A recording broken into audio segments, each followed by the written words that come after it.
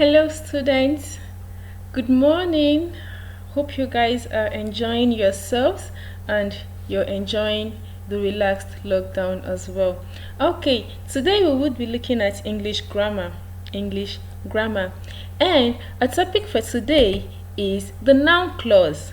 The noun clause. Now, there are things that we should be able to achieve at the end of this lesson, so much so that you should pay keen attention while the lesson is ongoing. Those things are our specific objectives. Now, our specific objective number 1 states that you should be able to define noun clause. You should be able to define noun clause. Number 2 states that you should be able to identify 6 functions of noun clause. You should be able to identify 6 functions of noun clause. And number 3, which is the last specific objective for today's lesson, is that you should be able to give examples of noun clauses via their functions. Which means if you identify one function, you should be able to give an example of a noun clause that functions in that capacity. So, let's go over to our specific objective number 1, which is the definition of noun clause. Now, a noun clause is actually a group of words. Remember, last week we treated clauses, the main and the subordinate clause. Now, the noun clause is a subordinate clause, is a dependent clause. So, the noun clause is a group of words that has a subject and a verb. It must have a subject and it must have a verb. And it functions as a noun in a sentence.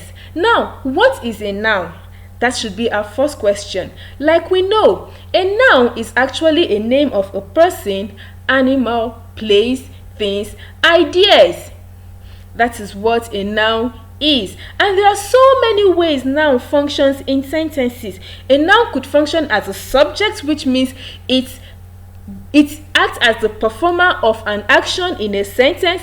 A noun could function as an object, the receiver of the action or the sufferer of the action. A noun could refer to the subject, it could describe the performer of the action, it could also describe the receiver of the action. Now, all these and many more are actually ways that nouns function in sentences. Now, when a group of words that has a subject and has a verb functions in that capacity, that group of words is said to be what? A noun clause. Don't forget, it must have a subject and it must have a verb. Now, the noun clause actually consists of subordinating conjunctions. It is introduced by subordinative conjunctions and relative pronouns such as whom, when, which, that, how, and so on and so forth. Remember, in our last class on grammar, we actually established the fact that dependent clauses don't just appear. They are introduced by certain markers. Now, those markers are actually what we are talking about. They're actually the things that also introduce noun clauses, because noun clause is a subordinate clause. So, some of those markers that introduce subordinate clauses are peculiar to noun clauses. For example, whom, you use it to introduce your noun clause. Which, you could use it to introduce your noun clause. When, you could also use it to introduce your noun clause. There are so many.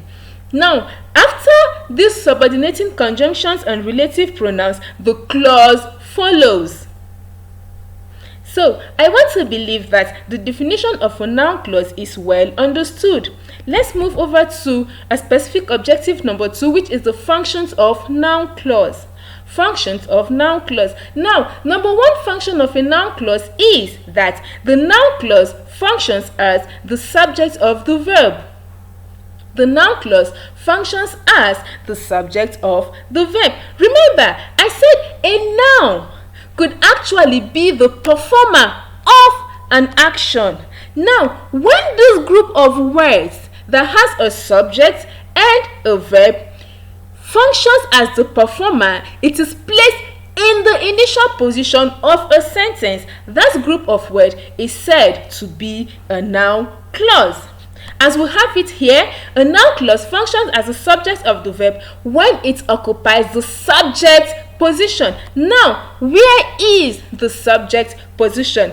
The subject position of a sentence is simply the initial position of the sentence. For example, if we have such sentence as John is a boy. John is a boy. Now, John occupies the initial position of that sentence. In that case, John is said to be a noun. That's how it is also with the noun clause. When we have a group of words that has a subject and a verb, and it occupies the initial position, and it is also the performer of the action, that group of words is said to be a noun clause. And I also want you to note this one thing, that the noun clause comes immediately before the verb in the sentence when it functions as the subject of the verb. When the noun clause functions as the subject of the verb, it comes immediately before the main verb in the sentence. Now let's look at some examples we have here. Example A says, how John passed the examination beat the imagination of his teachers. How John passed the examination beat the imagination of his teachers. Now, let's look at the italicized expression, which is how John passed the examination. As we can see from that clause, you discover that there is a subordinating conjunction here that actually introduced that example, how. Now, that is a marker that introduces a noun clause. And we have John here, who is the subject, or which is the subject rather. We have passed, which is the verb. Now, how John passed the examination is a noun clause, and it functions as the subject of the verb beat. Beat is the main verb in that sentence. So, how John passed the examination is the noun clause, and it functions as the subject of the verb beat, because beat is the main verb in the sentence. Now, that is what we mean by a noun clause functioning as the subject of the sentence. As you can see, the clause occupies the initial position in that sentence. Okay, let's look at other examples. Example 2 says, why he has refused to put in his letter of resignation is best known to him. Why he has refused to put in his letter of resignation is best known to him. Now, why he has refused to put in his letter of resignation is a noun clause. As you can see, it is introduced by the word why. Why he has refused to put in his letter of resignation, that is a dependent clause. It is a noun clause, and it functions as the subject of the verb is. It functions as the subject of the verb is. Why he has refused to put in his letter of resignation is best known to him. Please, let's take note of that. And example C here says, whatever I do seems bad to you. Whatever I do seems bad to you. Now, whatever I do is also a marker that introduces that noun clause. As you can see, the group of words here, we have the subject, which is made up of a pronoun I, and the verb, which is do. So, whatever I do seems is what part of speech? It is a verb. Now, saying that whatever I do comes immediately before the verb seems, it therefore means that that expression, which happens to be a noun clause, is functioning as the subject of the verb seems. Okay, so let's move over to the second function of a noun clause, which is object of the verb. Now, a noun clause also functions as the object of the verb. Now, when a noun clause functions as the object of the verb, it comes immediately after the main verb in the sentence. It comes immediately after the main verb in the sentence. It receives the action of the main verb. The main verb carries out its action on the object. You can see the object suffering from the action. You can see the object receiving the action. You can see the action being transmitted from the subject, which is the performer, to the object, which is the receiver. Okay, now let's look at some examples.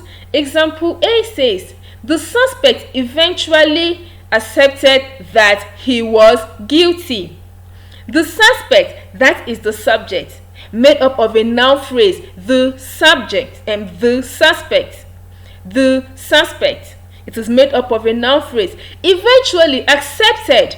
Accepted is a verb. Now, what did the suspect accept? He accepted that what? He was guilty. Now, saying that he was guilty actually comes after the main verb in that sentence, which is accepted. It therefore means that he was guilty is a noun clause that functions as the object of the verb accepted. Okay, let's look at example 2, example B, as the case may be. It says here that the human rights activist explained why he was arrested by the police. The human rights activist explained why he was arrested by the police. Now, explained is the main verb in that sentence. Explained is the main verb in that sentence. And as you can see again, the marker that introduces noun clause, we have why introducing that noun clause. Why he was arrested by the police. Why he was arrested by the police. Now, it therefore means that noun clause is functioning as the object of the verb explained. That noun clause is functioning as the object of the verb explained. Okay, let's look at another example here. Example C says, do you understand what the assignment entails?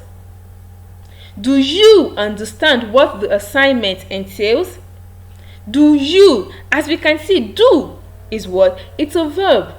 You is what? It's a pronoun, which means you is the it's the subject. Now, understand is a verb. Do you understand what the assignment entails? Now, what the assignment entails is actually a noun clause, as you can see, introduced by a relative pronoun here, what the assignment entails. It functions as the object of the verb understand because it comes immediately after the verb understand. That is well understood, right? Okay, let's go to the third function of a noun clause. A noun clause also functions as a subject complement. The noun clause also functions as the subject complement in a sentence. Now, when the noun clause functions as the subject complement, it actually refers to the subject. It describes the subject.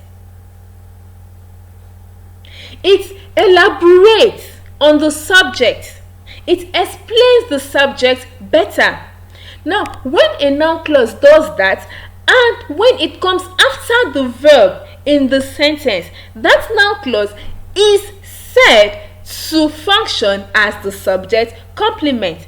Remember, the noun clause that functions as a subject complement refers to the subject, it describes the subject, it gives more information about the subject, and it must come immediately after the verb in the sentence. Please take note of that and don't forget it. Now, let's look at some examples here. Example A says, the good news is that he passed his examination. The good news is that he passed his examination. Now, what is the good news? He passed his examination. That is the good news. Now, that he passed his examination is what? The good news. So, that he passed his examination describes the good news. It refers to the good news. And as you can see, it comes immediately after the verb is. It comes immediately after the verb is. In that case, we say that he passed his examination is a noun clause that functions as the subject of the verb. Okay, let's look at other examples. Example B says, the truth is that Abuja has been on lockdown for the past 6 weeks. The truth is that Abuja has been on lockdown for the past 6 weeks. Now, what is the truth? That Abuja has been on lockdown for the past 6 weeks. That Abuja has been on lockdown for the past 6 weeks is what? The truth. So, as you can see, the clause refers to the subject. It describes the subject. It tells us more about the subject. In that case, that noun clause there is functioning as the subject complement. It is complementing the subject, which happens to be a noun phrase, the truth. The truth. Okay, so that is that. Let's look at the fourth function of a noun clause. A noun clause functions as the object complement. A noun clause functions as the object complement. Now, when a noun clause functions as the object complement, the noun clause actually comes immediately after the object. It comes immediately after the object, and it describes the object. It refers to the object. It tells us more about the object. It elaborates on the object. When a noun clause does that in a sentence, we say that that noun clause is functioning as the object complement. Now, let's look at some examples. Example A says, her father considers his biggest mistake that he did not finish school. Her father considers his biggest mistake that he did not finish school. Now, let's look at the sentence. Her father is what? It is the subject made up of noun phrase, her father. Now, considers is what? It's a verb. His biggest mistake is what? Is the subject. What did her father consider his biggest mistake? Now, let's look at the italicized expression here, that he did not finish school. That he did not finish school tells us about what? His biggest mistake. His biggest mistake is what? That he did not finish school. So, as we can see there, that he did not finish school actually tells us more about her father's biggest mistake. It refers to her father's biggest mistake. It describes her father's biggest mistake. That is why we say that he did not finish school is the noun clause, and it functions as the object complement. Okay, let's look at other examples. Example B says, we narrated to our colleagues how we survived the ordeal. We narrated to our colleagues how we survived the ordeal. Now, our colleagues is actually the subject of that sentence. And as you can see, how we survived the ordeal tells us more about what we narrated to our colleagues. Okay, let's look at example 3 here. Example C says, you may leave the class whenever you want. Where will you leave the class? Whenever you want. Are we getting it? So, whenever you want actually tells us more about the class. You may leave the class whenever you want. So, whenever you want is actually a noun clause that complements the object, the class, because that is where you are permitted to live whenever you want to live. Okay, now let's look at the fifth function of a noun clause. A noun clause functions as the complement of the preposition. A noun clause could function as the complement of a preposition. Now, when a noun clause functions as the object of the preposition, it usually or it often comes immediately after the preposition in a sentence. That noun clause comes immediately after the preposition in a sentence. Now, when we have such, we say that that noun clause is functioning as the complement of the preposition or the object of the preposition. Okay, now let's look at some examples here. Example A says, "We have been waiting for whoever will pick us up from the party." We have been waiting for whoever will pick us up from the party. Now, don't forget, complement of the preposition is also same thing as object of the preposition. Most times we use object of the preposition. So, we have been waiting for whoever will pick us up from the party.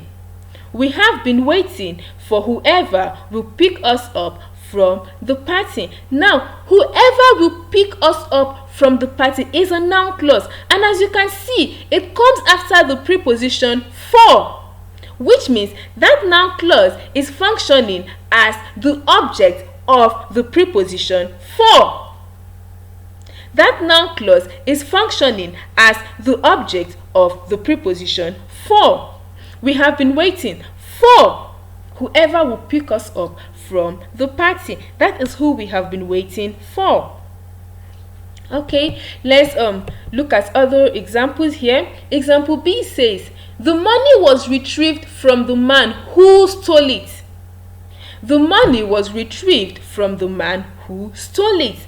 Now, the man who stole it comes after the preposition from, which means the man who stole it is actually a noun clause that functions as the object of the preposition from. Okay, let's look at the last example here for a noun clause that functions as the object of the preposition. C says, "His action resulted into what his father predicted." His action resulted into what his father predicted.